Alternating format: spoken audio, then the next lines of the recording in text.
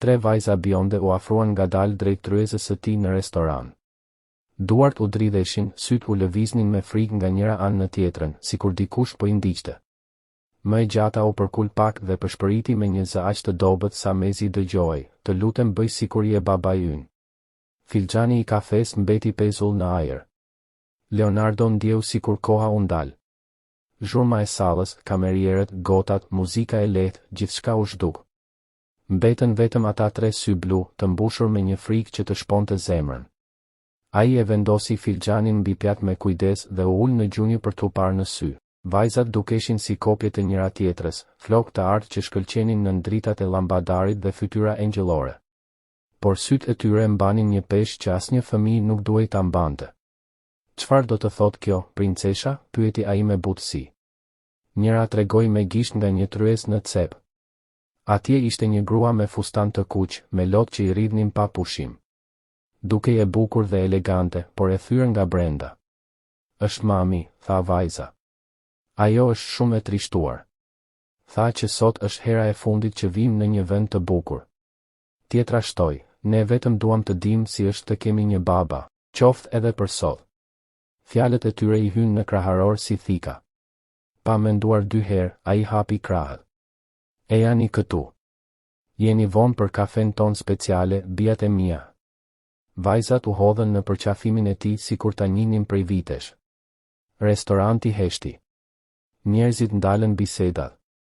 Disa buzëqeshën, disa fshin lotët. Gruaja me të kuqe u afrua me hapa të ngadalë. Më falni, po ju shqetësojnë? Pyeti ajo. Zëri i dridhej. As pak, tha Leonardo. Po flasim për gjëra shumë të rëndësishme. Vajzat u kapën fort pas këmbëve të tij. Ai është babai ynë sot, tha njëra me bindje të plotë. Gruaja mbylli sytë dhe lotët i rodhen sërish. Ajo u prezantua si Camila dhe tregoi emrat e vajzave, Sofia, Helena dhe Isabela. Zakonisht nuk afrohen të huajt, murmuriti. Por ishte e qartë se e dinte pse e kishin zgjedhur pikërisht atë. Diçka në sytë e Leonardos u jepte siguri. Ai i ftoi të uleshin me të dhe porositi ëmbëlsira për to vajzat qeshnin dhe për herë të parë dukej sikur frika po zhdukej. Pse thate që sot është dita e fundit? Pyeti ai butë. Vajzat u pan mes tyre. Sepse mami tha që gjithçka do të ndryshoj, tha Sofia. Ajo qanë natën. Helena shtoi, tha që duhet të jemi të forta. Isabela përshpëriti, sepse nuk do të mundet të kujdeset për ne për shumë kohë. Fjalët ranë sigur mbi tryezë. Leonardo ndjeu stomakun t'i shtrëngoi. Kur vajzat u zhytën në torta dhe akullore, ai ju drejtua Camilës. Ju lutem, më tregoni të vërtetën. Ajo u drodh. Pas një heshtjeje të gjatë, foli, jam e sëmur. Mjekët thanë se nuk më kam mbetur shumë kohë. Nuk kam familje, nuk kam askën. Nesër duhet t'i çoj në një institucion. Lotët i rridhnin pa pushim. Doja vetëm një pasdite të lumtur për to. Leonardo ndjeu diçka të shpërthej brenda tij. Ideja që këto 3 engjëj të rriteshin pa dashuri, të ndaheshin nga njëra tjetra, ishte e padurueshme. Jo, tha me vendosmëri. Kjo nuk do të ndodhë. Ajo e pa e habitur. Çfarë mund të bëni ju? Ai mori frym thellë. Martohu me mua. Ajo mbeti pa fjalë. Je i çmendur, tha me zë të ulët. Nuk më njeh. Unë po vdes. E di, u përgjigj ai. Por ato kanë nevojë për një baba. Edhe unë kam nevojë për një familje. Ndoshta është çmenduri, por ndonjëherë zemra e di para mendjes. Vajzat i dëgjonin me sytë plot shpresë. Ai nuk do të ikë, mami, tha Helena. Ai ka erën e duhur, shtoi Isabela me seriozitet. Leonardo nuk e kuptonte plotësisht këtë shprehje, por e ndjente se për to do të thoshte siguri, ngrohtësi, shtëpi. Camila mbuloi fytyrën me duar. Për herë të parë, lotët e saj nuk ishin vetëm nga dëshpërimi, por edhe nga një grim shprese. Po nëse vdes shpejt, pyeti. Atëherë do të kem pasur fatin të jem burri yt dhe baba i tyre, qoftë edhe për pak kohë, tha ai. Më mirë pak dashuri e vërtet se një jetë e tërbosh. Në atë moment, restoranti nuk ishte më një vend luksi, por një skenë ku 4 zemra të thyra po përpiqeshin të rindërtonin veten. Vajzat u ngritën dhe e përqafuan fort. Faleminderit, babi, përshpëritën. Fjala babi I mbushi syt me lodh. Ai e kuptoi se ndonjëherë familja nuk lind nga gjaku, por nga zgjedhja për të qëndruar. Ajo pasdite, mes ëmbëlsirave, lotëve dhe premtimeve, u bë fillimi një historie që askush nuk e kishte planifikuar. Një burr I vetmuar, një nënë e dëshpëruar dhe 3 vajza që kërkonin vetëm një përqafim, gjetën njëri tjetrin në mënyrën më të pamundur, dhe Leonardo kuptoi se ndonjëherë të bësh sikur je dikush tjetër është hapi I parë për t'u bërë njeriu që ke qenë gjithmonë I destinuar të jesh. Emri im I plot është Camila Santos Ferreira. Kam punuar si kontabiliste në Ferreira Holdings për 7 vjet. Kur ajo I tha këto fjalë, bota dukej sikur u ndal. Leonardo ndjeu një goditje të fortë në stomak, pastaj një peshë në kraharor. Ferreira Holdings ishte kompania e tij. Camila kishte punuar për të. Dhe papritur ai u kujtua për të. U kujtua fytyra, buzëqeshja e butë, mënyra si përshëndeste të gjithë në korridor. U kujtua edhe dita kur ajo ishte zhdukur papritur, pa shpjegim. Ti, filloi ai, por fjalët I mbetën në fy. Copëzat e së kaluarës u bashkuan në mendjen e tij me një qartësi të dhimbshme. Kontabilistja e shkëlqyer që ishte akuzuar për vjedhje. Gruaja që ai vetë e kishte pushuar nga puna. Gruaja që ishte nxjerrë jashtë ndërtesës para të gjithëve si një kriminale. A të kujtohet tani, tha ajo me hidhërim. A të kujtohet si më trajtove atë ditë? Si besove akuzat pa më dëgjuar? Zëri I saj mbante plagë të vjetra që nuk ishin shëruar kurrë. Leonardo kujtoi gjithçka. Zyrën, dokumentet mbi tavolinë, vendimin e ftohtë, fytyrën e saj të tronditur, përpjekjen për t'u shpjeguar, dhe mënyrën si ai kishte thirrur sigurimin për ta nxjerrë jashtë. Lëre të mbaroj, tha ajo, duke ngritur dorën. Isha shtatzën kur më pushove. 4 muajshe. Me 3 njaketh. Sapo e kisha marrë vesh. Doja t'ja tregoja burrit tim atë mbrëmje. Zemra e Leonardos filloi të rrite fort. Burri im ishte shofer kamioni. Kur mësoi që më kishin akuzuar për vjedhje, u shkatërrua. 2 javë më vonë vdiq në një aksident në rrugë. Të gjithë thanë lodhje. Unë e di që ishte dëshpërim. Heshtja mbi tryez u bë e padurueshme. A nuk vodhe asgjë apo jo? Pyeti Leonardo me zë të dridhur. Kur, tha ajo me forcë. Ishte Mauricio Almeida. Ai devijoi parat dhe vendosi prova të rreme në kompjuterin tim. Emri I shortakut shpërtheu në mendjen e Leonardos si bombë. Njeriu që ai kishte besuar më shumë. Njeriu që kishte insistuar për pushimin e saj. Kam prova, vazhdoi Camila, duke nxjerrë një dosje të vjetër nga çanta. Brenda kishte dokumente, deklarata, ekstrakte bankare, fotografi. Provat ishin të pamohueshme. Mauricio kishte shkatëruar jetën e saj për të fshehur krimin e vet, pse nuk shkove në polici? Pyeti ai. Ai ka lidhje, ndikim. Dhe pastaj u sëmura. Lufta ligjore u bë dytësore. Doja vetëm të sigurohesha që vajzat të ishin mirë. Sofia u afrua pranë nënës. Tani babi Leonardo do të na ndihmoj, apo jo? Pyetja e saj e thjesht I theu zemrën.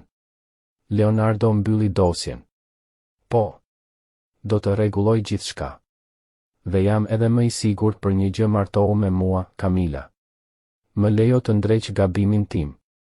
Ai premtoi se do ta pastronte emrin e saj dhe do ta çonte Mauricion para drejtësisë. Pastaj u kthye nga vajzat. A do të doni të isha babai juaj I vërtet? Për gjithmonë? Ti je tashmë, tha Sofia me bindje. Zemra jon të njohu, shtoi Helena. Nuk ke pse të shtiresh më, babi, përshpëriti Izabela. Restoranti shpërtheu në lot dhe buzëqeshje. Camila u shem në të qara, por këtë herë ishin lot shprese. Ai u ul në gjunjë pranë saj. Nuk do ta mbash më këtë peshë vetëm. Vajzat u afruan. Mami, tani mund të jemi të lumtura? Ai do të kujdeset për ne kur ti të shkosh të kujdesesh për yjet? A premton se nuk do të na lër kur vetëm? Leonardo I pa drejt e në sy. Një baba I vërtet nuk largohet kur. Unë po zgjedh të qëndroj për gjithmonë.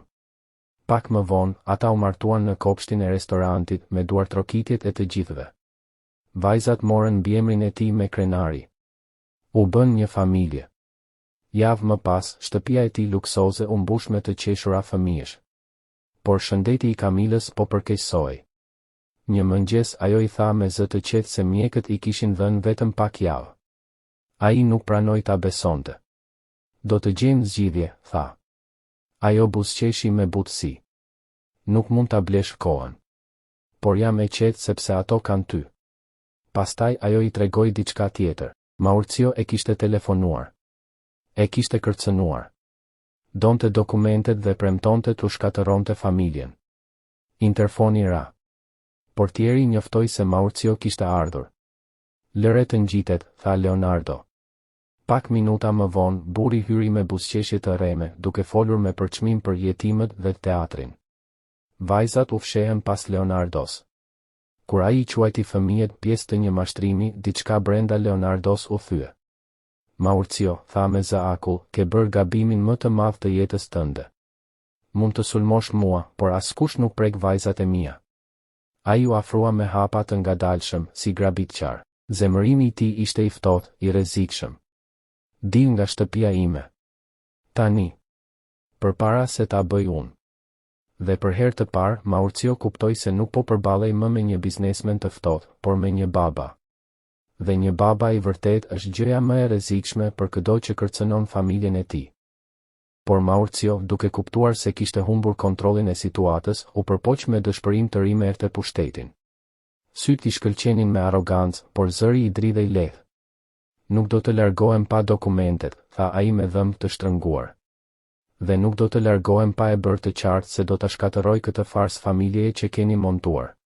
Ai drejtoi gishtin nga Camila, e cila ishte ulur në koltuk duke përqafuar fort 3 vajzat. Kjo grua është kriminele. Dhe këto fëmijë do të përfundojnë sërish në jetimore, aty ku u takon, sapo të provoj se gjithçka është teatr. Fjala jetimore ra në dhomë si një eshtën arme. Trinjaket u shtrënguan edhe më fort pas nënës. Sofia filloi të qante me ngashërim të heshtur. Helena përshpëriti me zë të dridhur, babi ai do të na marrë larg? Ajo pyetje e vogël, aq e pafajshme, e coptoi zemrën e Leonardos dhe ndezi një zemërim që nuk e kishte ndier kurrë. Ai u kthye me qetësi drejt tavolinës, mori telefonin dhe foli me një zë të akull. Mauricio ke të drejtë për një gjë. Kjo bisedë po bëhet shumë sqaruese. Ja tregoj ekranin. Sepse po regjistrohet. Ngjyra u zhduk nga fytyra e Mauricios. Çfarë the? Çdo fjalë, çdo kërcënim, çdo përpjekje për shantazh. Gjithçka. Leonardo buzëqeshi për herë të parë, por ishte një buzëqeshje pa ngrohtësi. Buzëqeshja e dikujt që tashmë kishte fituar luftën. Pastaj shkoi te rafti I librave dhe nxori një dosje tjetër. Dhe kjo është vetëm fillimi. Ai hapi dosjen mbi tavolinë dhe shpërndau dokumentet si letra bigjozi. Ndërsa ti mendoje se po luaja babain dhe burrin, unë po hetoja jetën tënde. Dokumenti I parë, një kompani hetimi që kishte ndjekur çdo lëvizje të tij për vite. Dokumenti I dytë, llogari sekrete bankare jashtë vendit, miliona të vjedhura. Dokumenti I tretë, kontrata false, rishfete, mashtrime fiskale. Djersa filloi t'i pikonte Mauriciot në ball. Unë mund ta shpjegoj. Jo, tha Leonardo. Nuk kam mbaruar. Fotografi. Transferta parash. Emra bashkëpunëtorësh. Punonjës që paguheshin për të mbyllur sytë. A nuk ishe vetëm, vazhdoi ai. Ke ndërtuar një rrjet të tërë korrupsioni. Camila e shikonte e shtangur. Ajo nuk e kishte imagjinuar kur sa larg kishte shkuar ai për ta mbrojtur. Dhe kjo nuk është hera e parë, shtoi Leonardo. E ke bërë edhe në kompani të tjera. I njëjti model. Fiton besim. Vendos prova të rreme. Shkatëron njerëz të ndershëm. Sa, pyeti Camila me zë të thyrë. 17 familje, tha ai. 17 jetë të shkatëruara. Pastaj u kthye nga vajzat. Princesha, çfarë është drejtësia? Kur njerëzit e këqij paguajnë, tha Sofia. Kur të pafajshmit çlirohen, shtoi Helena. Kur e vërteta fiton, përfundoi Izabela. Sakt, tha ai me krenari. Dhe sot është dita e drejtësisë. Në atë moment, zilja e derës ra. Zëri I portierit u dëgjua në interfon, ka një ekip policie këtu me urdhër arresti. Fytyra e Mauriciot u zbardh. Ti e planifikove, që nga dita e parë, tha Leonardo. Pak qaste më vonë, policët hynë. Prangat u mbyllën mbi kyçet e tij. Para se të dilte, ai hodhi fjalën e fundit helmuese: gruaja jote do të vdes. Dhe këto fëmijë do të mbeten pa nën. Por këtë herë fjalët nuk kishin më fuqi. Kamila u ngrit me dinjitet. Ndoshta nuk kam shumë kohë, tha ajo me zë të fortë, por kam mjaftueshëm për të parë drejtësinë të fitoj. Dhe për të parë vajzat e mia të rriten pa turp. Dera u mbyll. Heshtje. Pastaj përqafim. Një përqafim i gjatë, i fortë, sikur donin ta ndalonin kohën. Javët kaluan. Shtëpia që dikur ishte e ftohtë dhe e heshtur u mbush me jetë. Këmbë të vogla që vraponin nëpër korridore. Të qeshura. Vizatimor. Aroma e mëngjeseve familjare. Dhe shumë ngadalë ndodhi diçka që askush nuk e priste. Kamila filloi të ndihej më mirë. Fillimisht pak. Pastaj më shumë. Analizat u përmirësuan. Mjekët nuk gjenin shpjegim. Trupi reagon ndaj dashurisë, ndaj mungesës së stresit, ndaj shpresës, tha njëri prej tyre. Izabela tha thjesht, është fuqia e familjes. 2 vjet më vonë, dielli i mëngjesit hynte nga dritaret e apartamentit. Vajzat luanin në dysheme me kukulla. Leonardo po përgatiste petulla. Mami u zgjua, thiri Sofia. Jam këtu, u dëgjua zëri i Kamilës. Ajo doli nga korridori me faqe roz, me sy plot jetë. E shëndetshme. E fortë. Si mrekulli. Duket sikur po ndërroj, murmuriti Leonardo. Ai vendosi tabakan në tavolinë. Sot është ditë speciale. Pse, pyeti Helena me buzëqeshje. Sepse sot bëhen 2 vjet që 3 vajza të guximshme erdhën te tavolina ime dhe më kërkuan të bëhesha baba i tyre. Izabela vrapoi dhe e përqafoi. Dhe ti nuk po shtireshe fare. Kamila ju afrua dhe i puthi faqen. Atë ditë ti shpëtove 5 jetë, tha ajo. Ai qeshi. 5? Sofia ngriti syt me shkëlqim. Babi mami ka bark të vogël. Bota u ndal. Leonardo e pa Kamilën. Ajo buzëqeshi mes lotësh. Jam 7 zën. Ai ra në gjunjë duke qeshur e qarë njëkohësisht. Një fëmijë. Tani jemi 6, tha Izabela seriozisht. Familje edhe më e madhe. Telefonata e avokatit erdhi pak më vonë. Dënim i gjatë. Parat e rikthyer. Emrat e pastruar. Drejtësi e plot. Atë pasdite u kthyen në restorantin ku gjithçka kishte filluar. E njëjta tavolinë. I njëjti kopsht. Njerëzit i përshëndetën me duar trokitje. Sofia u ngrit në këmbë dhe foli, 2 vjet më parë kërkuam dikë të shtirej si babai ynë. Por ai ishte tashmë babai ynë. Nëse shihni dikë që ka nevojë për familje, hapeni zemrën. Restoranti shpërtheu në duar trokitje. Mbrëmjen, teksa vendoste vajzat për të fjetur, Sofia i kapi dorën. Babi, ne të shpëtuam edhe ty, apo jo? Leonardo buzëqeshi. I puthi ballin. Po, princesha ime. Më shpëtuat. Sepse më mësuat se familja është thesari më i madh në botë. Dhe atë natë, për herë të parë pas shumë vitesh, ai fjeti me zemrën plot.